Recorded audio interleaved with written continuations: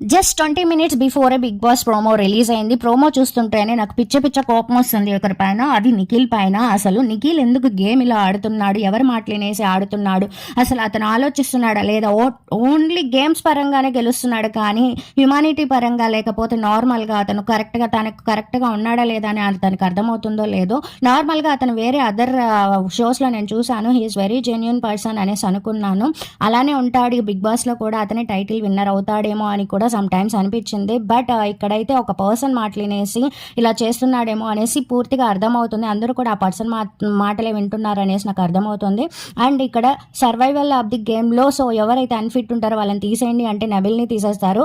అదే Nabil yesterday use అయ్యాడనమాట. ఎందుకంటే ఒక వైల్డ్ కార్డ్ ఎంట్రీని ఇంట్లోకి రావడానికి స్టాప్ చేసినప్పుడు ఇప్పుడు అదే పర్సన్ అవసరం లేదు అంటున్నారు. అండ్ మణికంఠని కూడా వాళ్ళ టీంలో టార్గెట్ చేసినట్టు నాకు అనిపిస్తుంది. మీలో ఎంతమందికి నాలాగే అనిపిస్తుందో కమెంట్ రూపంలో తెలియజేయండి. Thank you so much guys.